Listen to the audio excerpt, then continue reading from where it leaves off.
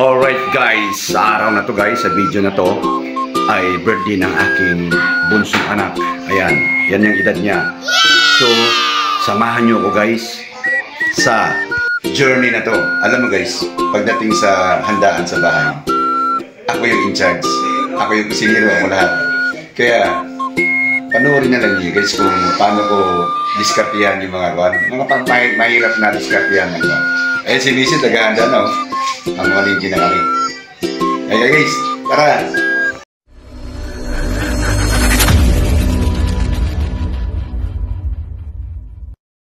Alright guys, simulan natin sa pamamalingki guys. Siyempre ako mismo ang namamalingki dahil sa akin naman galing ang budget. Para at least tansyado natin, hindi tayo ma-short. Kala mo na, alang-alang sa bunso ko, willing tayong gumastos. Alright guys, ayun na, ongoing na kami. Eto mga kano. Ayan. Naka-ongoing tayo. Ayan, oh. Oh. Okay. Ongoing pa lang. First stage pa lang ng paghahanda.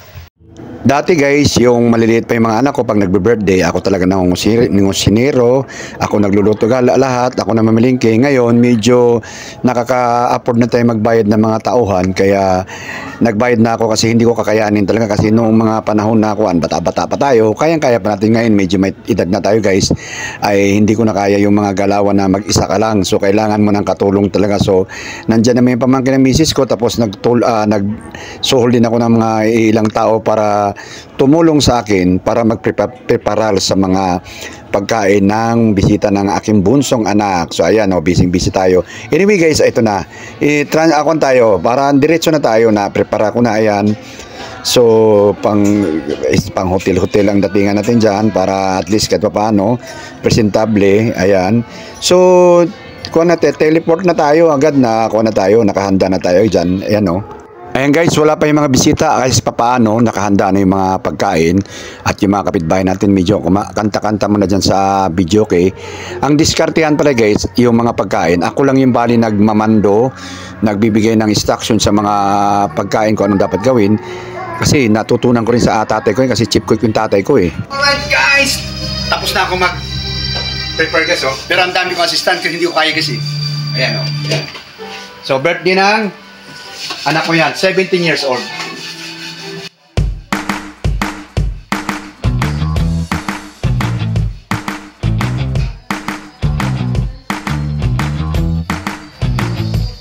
Party time guys, party time! Okay guys, yung aking anak guys, pang-3 oras yatang nagme-makeup. So, dito siya pababa sa hagdanan namin guys, ganon. So parang may entrance na nalalaman talaga itong mga babae. Talaga ako nung nagbe-birthday guys, wala naman akong ganun-ganun eh. Ayan na, bababa na sila guys eh, yung mga... Oh, ayan na, oh, ayan na, oh, ayan na, oh, ayan, ayan. Oh, oh, oh.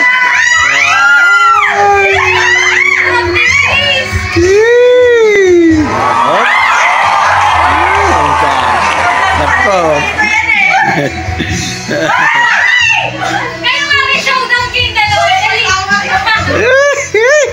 Ayan guys, nandiyo. Oh, ayan na. Mga classmate niya yan, mga classmate niya. Magaganda rin yan, oh. Oh, maganda.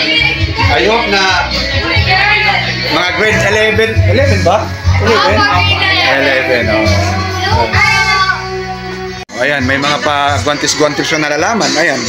Ala eh, ano yung boxing? Ala, sus niya, asisan siya ng kwan. Be, yun ba yung New York? New York. New York. Okay. Guys, supportive.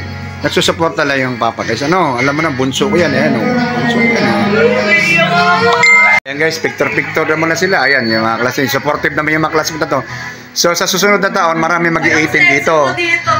Ayan, oh. Marami mag-i-18 dyan. Mga butante na to susunod na taon. Oh, ayan, hindi na kayo, wala na kayong kuwan, hindi na kayo libre sa yung tawag, juvenile law. Next year. Pwede na makalahok.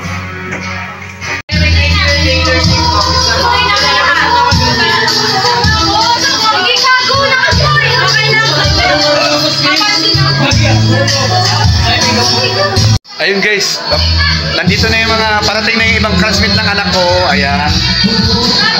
masaya sa kasadaan. Ako naman, support na lang guys. Ayan o. Oh. Anak ko yan. Okay, so na.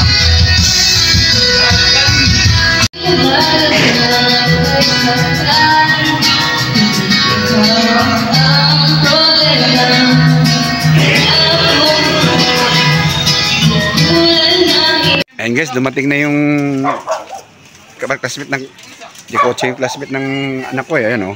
Ayan sila. Ayan na sila. Ayan na. Sana maging masaya. Kaso lang sumabit yung sasakyan ng classmate niya. Medyo bata pa kasi yung driver eh. Surpresa daw ng classmate ng anak ko. So kailangan daw akong magdala. Itabi niyo si Dino. Tumabi ka doon. Yung banner ay na. Yung may lighter. Tabi ka doon. Sino may lighter? Ano to, para tayo nagpaparada. Okay guys, kailangan ko makisama sa mga classmate ng anak ko kasi may surprise nga daw sila. Parang cake yan na pinag-ambagan nila ang lahat, tapos kakantahan nila ng pabigla yung anak ko. So ako naman, since kinausap nila ako, nakikisama lang din ako, nakikigulo lang ako para tuloy akong naging lolo nila dyan. Tinan mo, ala sige, kung ano yung trip nyo, sakyan ko na lang, alang-alang sa bunso ko. So ayan, nagsisindi pa kami ng kandila dyan guys, kasi may kandila silang sinisindihan na mga kuha na kandila, yung mga parang ewan ko, anong mga diskarte ang kandila na kakaibang kandila. Basta ayan na, papunta na kami guys. Yung abo na to pagdating ng buwan.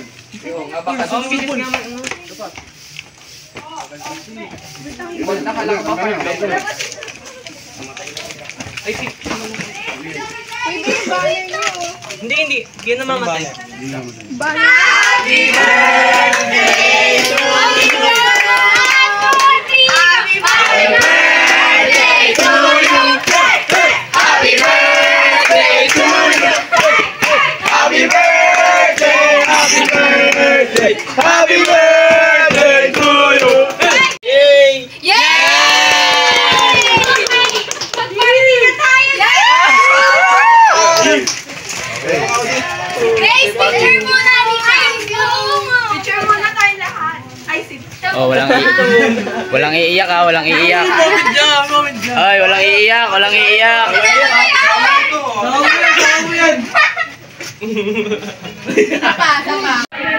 Alright guys, tapos na kumanta.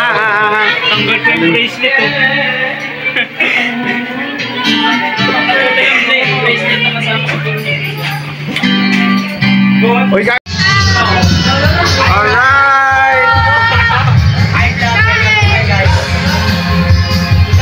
Let's get ready to party.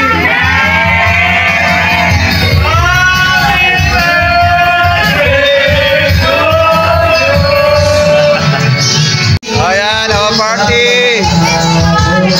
High school friends. Mahihain eh. Ito yung high school friends. Mahihain talaga. Ay, yung tatay mo ah.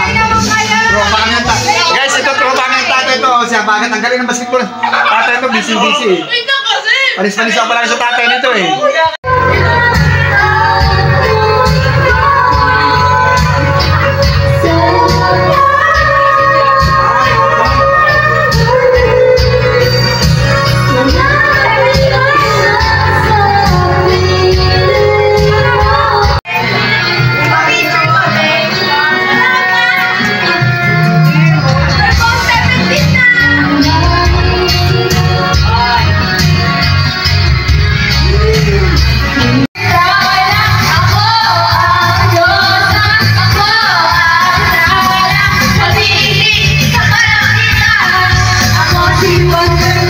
Alright guys, tuloy-tuloy ang party. Copyright ang iniiwasan natin.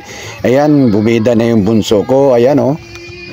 Alright guys, after ng bisita ng anak kong kumain, atak naman tong mga kapitbahay din namin kasi hindi pwedeng di natin kasama ang ating mga kapitbahay din kasi talagang ito yung maritisan natin eh.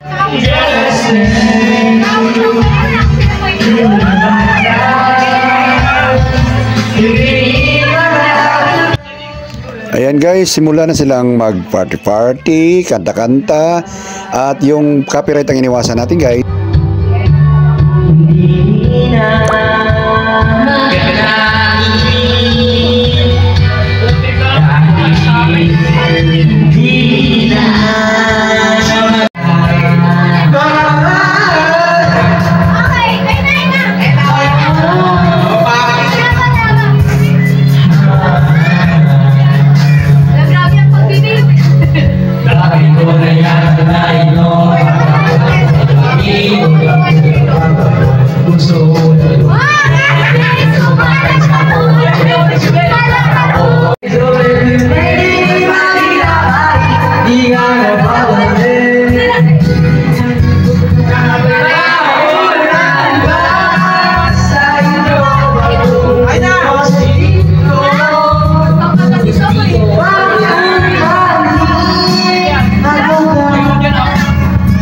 Yung mga classmate na mga anak ko guys ay may mga 18, 19 din dyan.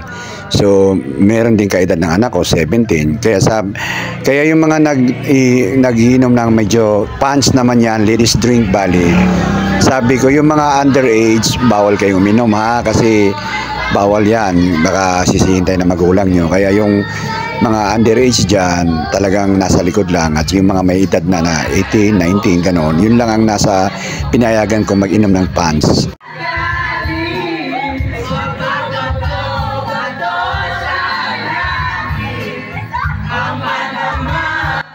Yung pants pala guys ay may prutas yan. Tapos yung prutas lalagyan mo ng juice. Tapos lalagyan mo na ng konting siguro mga 30% na alcohol. Ganon. Parang pangpainit lang sa tenga. Ika nga. Kaya yun ang paliwanag ko lang.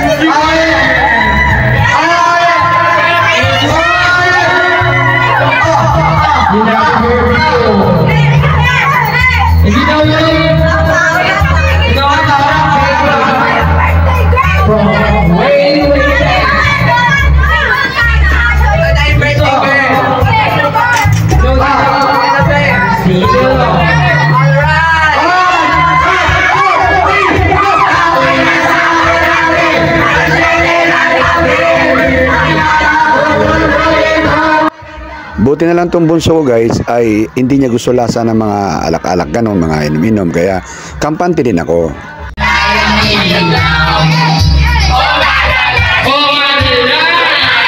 Ayan guys, party mood lang yan guys. Baka akala nyo ay may nalalasing dyan. Wala po yan. Puro lang normal yan. Ganon talagang kabataan.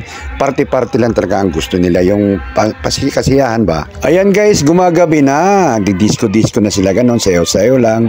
At yung tugtog ang iniiwasan natin, copyright na naman. Kaya ito, nag-voice over muna tayo. Kasi nga, ayaw nating makopyright eh. Ayan kumakanta sila eh. Kaya, ayan, tuloy-tuloy lang. At yung iba, nakaupo lang dyan. Yung anak ko, ayan, masayang-masaya yung anak ko.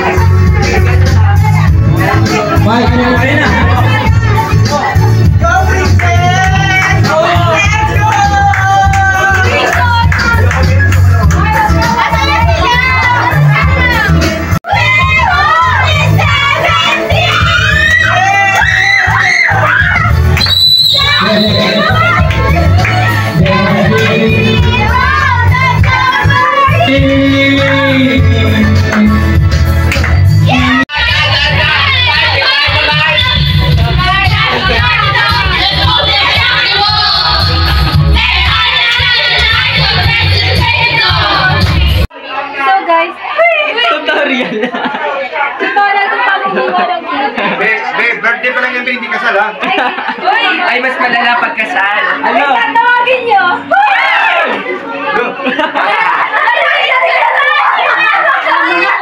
Nakakaramdam ako ng Nakaramdam ako. Tatawagin nyo! Sa magsubo! Ano yan? Oh my God! Subo ng...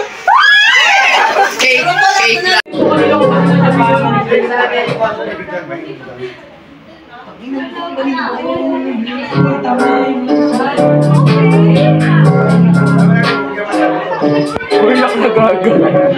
Ayan guys, nag-uwi na yung mga bisita at nagliligpit na kami.